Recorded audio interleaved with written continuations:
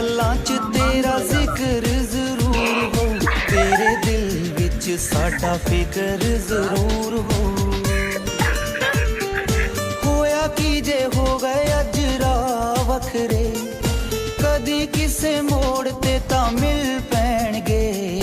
रब ने जे चाया असीं फेर मिलांगे।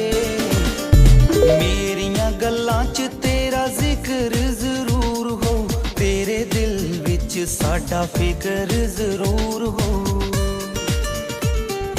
होया की जे हो गए अज राह वखरे, कदी किसे मोड़ ते तां मिल। मेरियां गल्लां च तेरा जिक्र जरूर हो, तेरे दिल विच साडा फिक्र जरूर हो।